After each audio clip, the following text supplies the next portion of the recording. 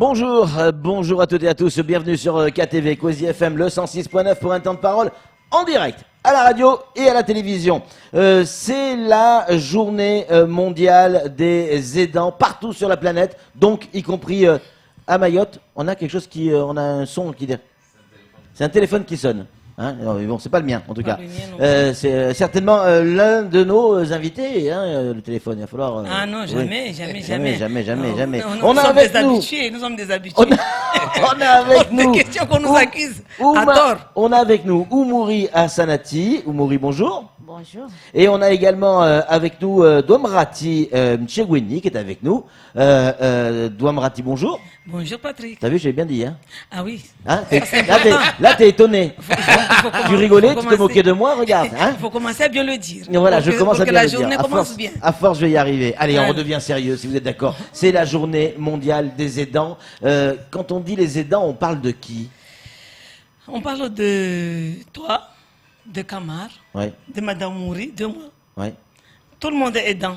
Du moment où on est volontaire, on se dit que je me porte volontaire pour m'occuper de mon proche, que ce soit la maman, que ce soit la grand-mère ou le grand-père, ou le mari ou le petit en situation de handicap. Cette personne qui est dans le besoin, le nécessiteux qui est là, qui a besoin d'une personne pour sa quotidienneté. Donc cette personne dévouée de s'occuper de l'alimentation, du bain, de l'accompagnement, d'un peu d'épanouissement, et l'aidant.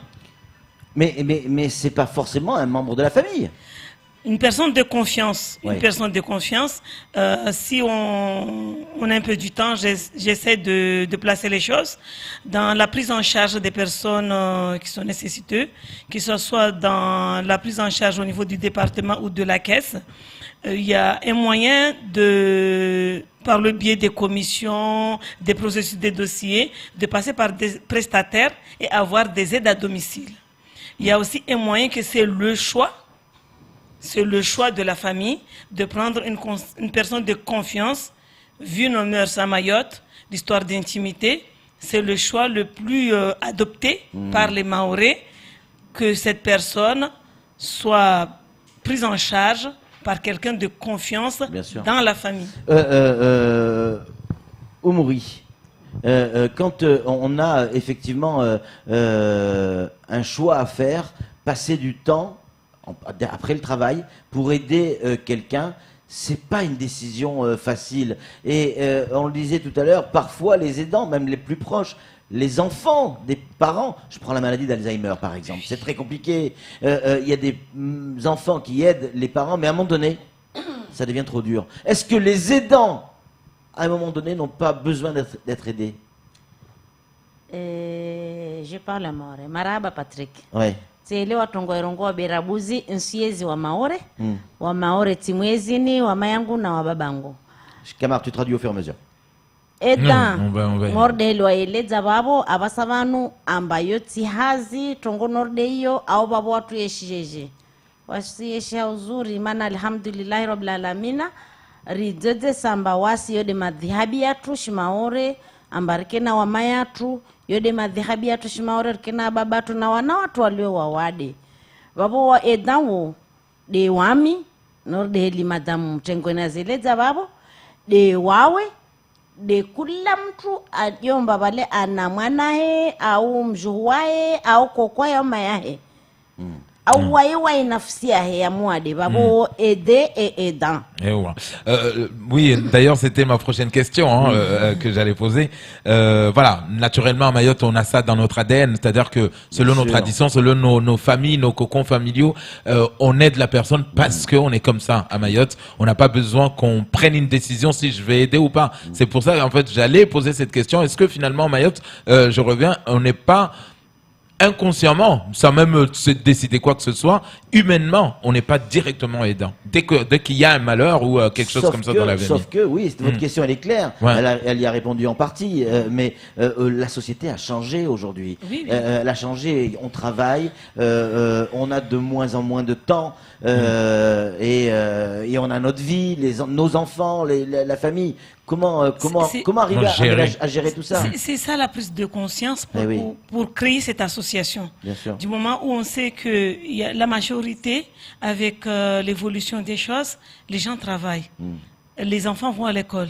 Même les petits qui allaient à Chauny, ils vont à maternelle. Donc, délaisser ou laisser une personne inerte tout seul dans la maison est difficile. Il y a ceux qui se dévouent, laisser leur travail, ou qui n'ont jamais travaillé. Ils sont nés là-dedans et on se dit à quoi bon aller chercher ailleurs. Du moment dans l'éducation, on sait qu'il y a quelque chose à gagner quand tu t'occupes de cette personne-là, que ce soit dans cette vie ou au-delà. L'éducation religieuse que nous avons, les obligations des obligés, fait que nous avons ce devoir-là. Donc, le système français s'organise, c'est organisé depuis les années 68 à Métropole. À Mayotte, petit à petit, depuis les années 2010 jusqu'à la décentralisation, quand ça a commencé en 2004, petit à petit, les choses arrivent. Donc, tout le monde s'est rendu compte qu'ensemble, nous pouvons créer des choses. Comme vous allez demander, l'épuisement de cet aidant. Comment peut-on donner un moment de répit à l'aidant? Alors, comment? C'est en créant cette association. D'accord. C'est en apprenant nos droits en tant qu'aidants et nos devoirs. Et surtout, dans le système de l'organisation de la prise en charge de ces personnes nécessiteuses, qu'il y ait des établissements qui peuvent soulager la famille. Donc, on ne peut pas le savoir tout seul dans son coin. Ça veut dire que, Madame Ntengoni, aujourd'hui, par exemple, moi je suis aidant, j'arrive plus, je craque.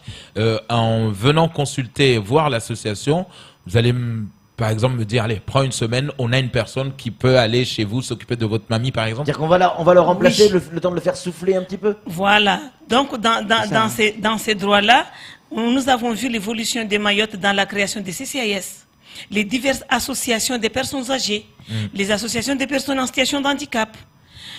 Au niveau de la MDPH aussi, il y a des commissions qui font qu'à un moment, il faut trouver une solution pour soulager cette personne qui est épuisée, qui craque. Et surtout, même cette personne ne sort pas. On fait des groupes de parole. Chacun parle des difficultés, les autres parlent des solutions. Et même entre nous, on peut créer des sorties, faire des sorties avec ces personnes, les accompagner, parce que eux aussi... Pour se changer les esprits, Voilà, ces personnes-là ont aussi besoin de voir l'air. Bien sûr. J'ai des témoignages pendant nos actions. Une personne, par exemple, qui a fait un AVC, qui est restée 5 ans, qui n'est jamais sorti de sa maison. Le jour qu'il est mis dans une voiture, aller dans un autre, le village à côté, le village à côté qui a une manifestation collective et qui prend le micro pour dire merci. Merci de m'avoir montré d'autres visages. Merci de m'avoir montré le soleil. Merci pour le temps. Vous me donnez la chair de poule. Donc, c'est la réalité. On ne sait pas à quel moment ça arrive. Donc, le mieux, c'est cette présidente-là qui est une aidante. C'est une aidante, une dame qui doit s'occuper de son commerce pour faire vivre sa famille, une dame qui passe son temps en collaboration, en partenariat avec sa fratrie, ses soeurs et frères, ses cousines, tout le monde, pour s'occuper de sa maman et qui est volontaire d'être la présidente de cette association parce que elle a vu quand elle était isolée, elle a vu comment elle a pu être soulagée quand il y a un moyen de se rencontrer et de se dire les choses. Il y a toujours des sorties et des solutions qui permettent de dire ouais. On aide les aidants ou mourir en français si c'est possible. Est-ce qu'il y a des moments où vous craquez, où vous dites non, j'y arriverai pas, stop, j'en peux plus? Ewa Patrick, wale turongo mbasurongo shizungu. Wakati ambazo kweli mtu krake mana hazio ti hazinzangu. Wala risilabie mbayo hazinzangu beyo tinzangu. Ukana mzade wahe alio mwade dagoni, au kana mwana wahe ajoda mwade dagoni, hiyo kaya paro kanzangu. Mana wawe, wo kodzar hana mtulialala shtandan vali. Mana wasikara yenshi harma formation harma uyeledzewa amba baleri yeledzewa hili mtu afanyao bersufanya shimaore atolerani nyamao nekati nyama shinamna mesonta ni mjwe mayangu mtishindikam bewa mitsa oblige ni mjwe mana ulede mayangu lerani nyamao shinamna na vituha wambale asubuhi tamuade betisina zaurenda mana ntani mfanye mwanangu tongozahe au babangu au kokwangu vavo yu hazisaisae kisha hazisaisae wasikarsina uvumuzi mundu wapo mwesa wasu ukawawade yode manarijao vanleo yode manarafanya shamaini amba watu waruone warielewe na misada yao En tout cas, dans on en le est Rati, fiers, rapidement.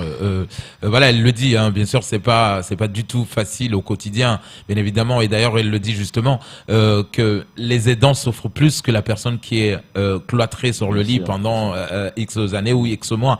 Donc, elle le fait parce que c'est sa maman. Même si aujourd'hui, par exemple, le fait d'aller soulever cette maman, même elle risque de se blesser le dos ou d'avoir des courbatures à chaque fois, mais elle le fait quand même parce qu'elle n'a pas le choix. Donc aujourd'hui, la raison pour laquelle elle lance, en tout cas, cet appel à tous ceux qui peuvent contribuer pour les aidants, les gens qui souffrent au quotidien avec des gens malades qui sont cloîtrés au lit. Donc voilà, à peu près. Douam Rati, Mouri. Merci. Moi, je voulais juste demander, Patrick, rapidement, qu'est-ce qui est prévu pour cette journée mondiale des aidants? Qu'est-ce qui est prévu? Est-ce qu'il y a des actions dans ce week-end? Si. Il y a des actions et c'est une journée pleine de manifestations. Il y a l'accueil le matin avec le petit-déj. Il y a des manifestations. Où et à quelle aura heure? lieu à Mtsahar à partir de 7h30. Demain. Non, dimanche. Le 6, la journée nationale. Parce que c'est national, c'est dans tous les territoires. Le 6 octobre est la journée nationale. C'est notre 3e édition avec le peu de moyens que nous avions. Mais la volonté est là, comme elle a dit la présidente. Elle tend la main, que les gens viennent. Elle demande de l'aide dans tous les endroits. Le 6. Le 6, le dimanche 6. Voilà, on sera là. Donc, ça sera un accueil avec plaisir. Elle sera là, la présidente. Donc, il n'y a pas de souci, l'accueil sera là. Et je voulais seulement accentuer que les méthodologies de prise en charge, c'est pas facile. Ça s'apprend et à travers cette association, nous apprenons beaucoup.